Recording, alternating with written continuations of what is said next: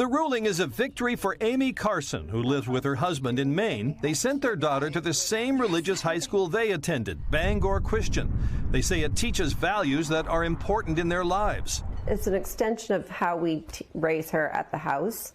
The beliefs that the school has are in line with what we have at the home. But because that school provides an explicitly religious education, the Carsons were not eligible to receive tuition money from the state.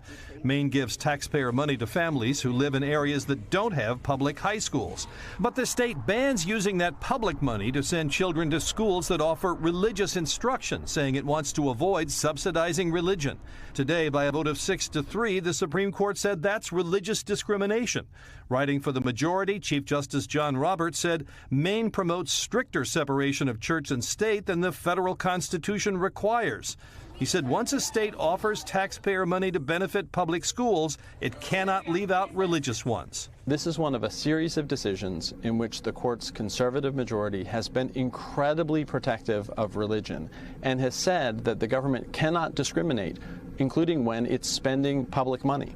In dissent, Justice Sonia Sotomayor said the decision, quote, leads us to a place where separation of church and state becomes a constitutional violation. Still to come, the decisions on whether to overturn Roe v. Wade and on carrying guns in public. They're among 13 rulings yet to be announced, and it's possible this term may not be over until early July.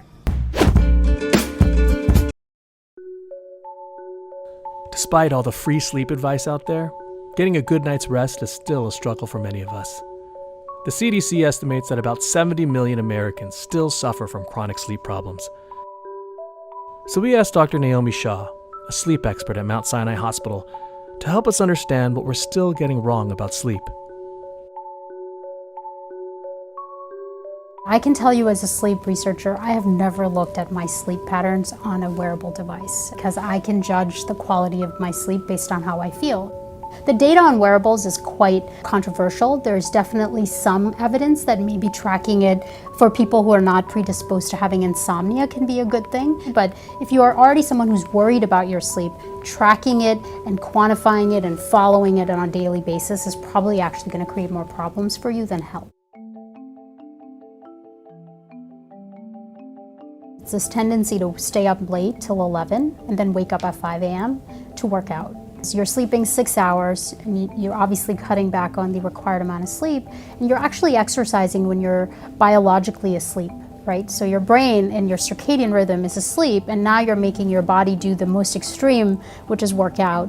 There's evidence that suggests that you actually are more prone to injury, muscle injury, and also you just don't get the benefit of exercise that you would if you actually slept, 7 to 8 hours. 40% of Americans actually sleep less than 7 hours. It's really a big problem. So when you don't get enough sleep, your body, your brain doesn't get a chance to do the things that it typically does during sleep. Your brain is actually turning into a housekeeping role and is actually clearing toxins that you've accumulated throughout the day, which you wouldn't be able to do if you don't get enough sleep. And then of course memory consolidation occurs in sleep, and a bulk of your testosterone for men is released during sleep. So cutting back on sleep, probably not a good thing. So you can make up acute sleep loss within the next day. So if you stayed up for an exam, you can make up the next day. It's sort of the chronic sleep loss and chronic sleep deprivation. I don't think you can really pay back all of that sleep debt. But more importantly, it takes years of this chronic sleep deprivation to take its toll. So if you're in your 20s and 30s and working out and cutting back on sleep, you're probably not going to feel it. But what happens when you're 50 and your BMI is now elevated and you haven't changed anything else except that sleep, which is so vital for, obvious metabolic function, I think that's where you start to see it. It's better that you set an alarm and you wake up and not continue to hit the snooze, because you're probably going to feel miserable, more tired than what you expected by getting that extra 10 to 15 minutes in. Because if you continue to go into these smaller sleep fragments, there's actually sleep inertia that can actually make you more sleepy when you try to wake up. I'm guilty of snoozing, so I know what's right. Of course, we don't always do the right thing, but it's important that we keep that in mind. The war in Ukraine tonight, the U.S. now confirming a second American has died fighting in Ukraine. And we've now learned where 2 other American veterans are now in captivity, are reportedly being held. The Kremlin tonight saying they could face the death penalty. The White House calling that appalling. Our foreign correspondent, James Longman, in Ukraine again tonight. Tonight, the U.S. State Department confirming 52-year-old Steven Zabelski is the second American to be killed fighting in Ukraine. He reportedly died a little over a month ago. The first American to be killed in combat there was 22-year-old U.S. Marine veteran Willie Cancel. He died in April. It comes as Kremlin spokesman Dmitry Peskov today refused to rule out that the 2 captured Americans could face the death penalty. The White House quick to respond. It's appalling that a public official in Russia would even suggest the death penalty for 2 American citizens that were in Ukraine. Alexander Druki and Andy Huyn, both from Alabama, are reportedly being held in the Donetsk region of eastern Ukraine. Also tonight, David, U.S. Attorney General Merrick Garland was in Ukraine today, pledging U.S. help to investigate and prosecute those responsible for alleged war crimes and other atrocities in this war. David. All right, James Longman with us from Ukraine again tonight. Thank you, James. Texans are disgusted and outraged by what happened at Robb Elementary, and they want Congress to take appropriate action to prevent the loss of more innocent lives. I don't want us to pass a bill for the purpose of checking a box. I want to make sure we actually do something useful, something that is capable of becoming a law, something that will have the potential to save lives. I'm happy to report, as a result of the hard work of a number of senators in this chamber, that we've made some serious progress. I believe that this week we will pass legislation that will become the most significant piece of anti-gun violence legislation Congress will have passed in 30 years. This is a breakthrough. And more importantly, it's a bipartisan breakthrough.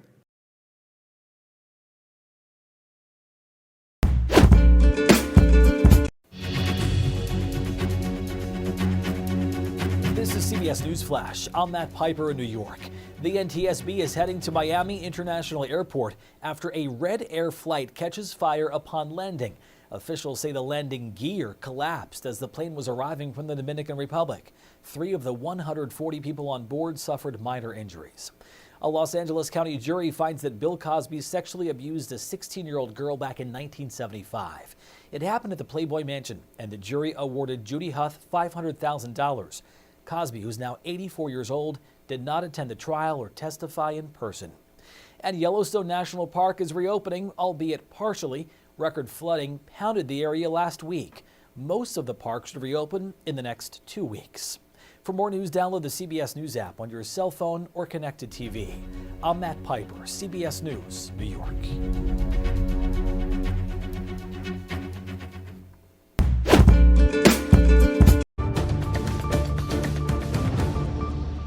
A California jury found Bill Cosby sexually abused a teenage girl more than 45 years ago.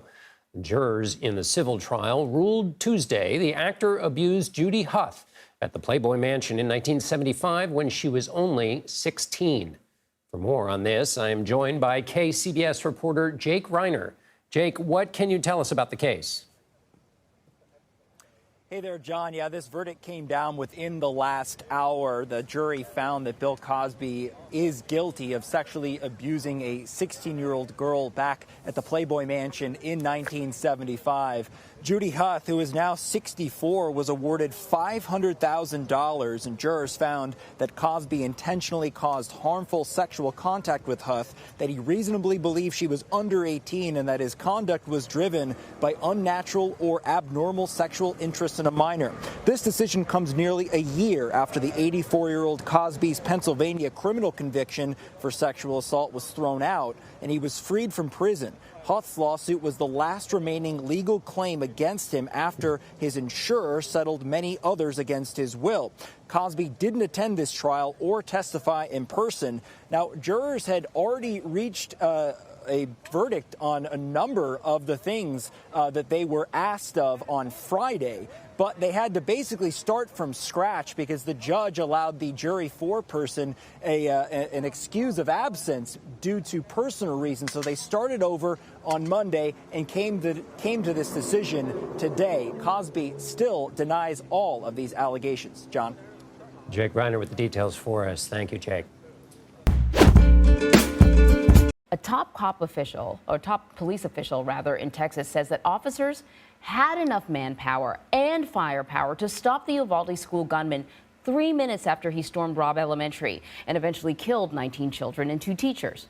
CBS's Trinity Chavez has the very latest on what we heard. Good morning, Trinity. Good morning, Anne Marie. The director of the Texas Department of Public Safety says police wasted crucial time looking for a classroom door key that was actually never needed. In a blistering testimony, the colonel told the Senate committee there is no indication officers even tried to open the door while the gunman was holed up. The head of the Texas Department of Public Safety is blasting the police response to the Uvalde mass shooting. Colonel Steve McGraw testified there were enough armed officers in the school hallway 3 minutes after the gunman walked into the school. The police waited 74 minutes before breaching what is now said to be an unlocked door. I don't believe, based on the information that we have right now, that that door was ever secured. In fact, I have great reason to believe it wasn't secured. How about trying the door and see if it's unlocked? McGraw said officers had the manpower, equipment, and time to, quote, neutralize the suspect. The officers had weapons. The children had none. The officers had body armor. The children had none. McGraw placed blame on the Uvalde School Police Chief, Pete Arredondo. The only thing stopping a hallway of dedicated officers from entering room 111 and 112 was the on-scene commander, who decided to place the lives of officers before the lives of children. Arredondo has said he didn't have initial firepower to take on the 18-year-old gunman. In Uvalde Tuesday, the city council voted unanimously against giving Arredondo, who is a council member, a leave of absence from appearing at public meetings. Victims' family members, including the grandmother of 10-year-old Anne-Marie Jo Garza, spoke out. Please, please, we're begging. Get this man out of our lives. Garza, who was killed as she tried to call 911, received one of the Girl Scouts' highest honors earlier this month for giving her life to save others. Uvalde Mayor Don McLaughlin announced on Tuesday that Robb Elementary School will be demolished. And while he did not give a timeline, he said at a council meeting, quote, "You can never ask a child to go back or a teacher to go back in that school ever." Anne-Marie? It's so true. You mentioned that Chief Arredondo was also on the city council. He wanted a leave of absence so he wouldn't have to attend these public meetings. That was denied. Do we know the reason? Right now, that is still unclear, but denying him a leave of absence sets up a potential departure as a council member if he misses a 3rd consecutive meeting. Now, he won election to the council shortly before the shooting, but has not appeared at 2 council meetings since then. Anne-Marie? Yeah, Trinity, I don't expect him to show up anytime soon. Thank you very much, Trinity.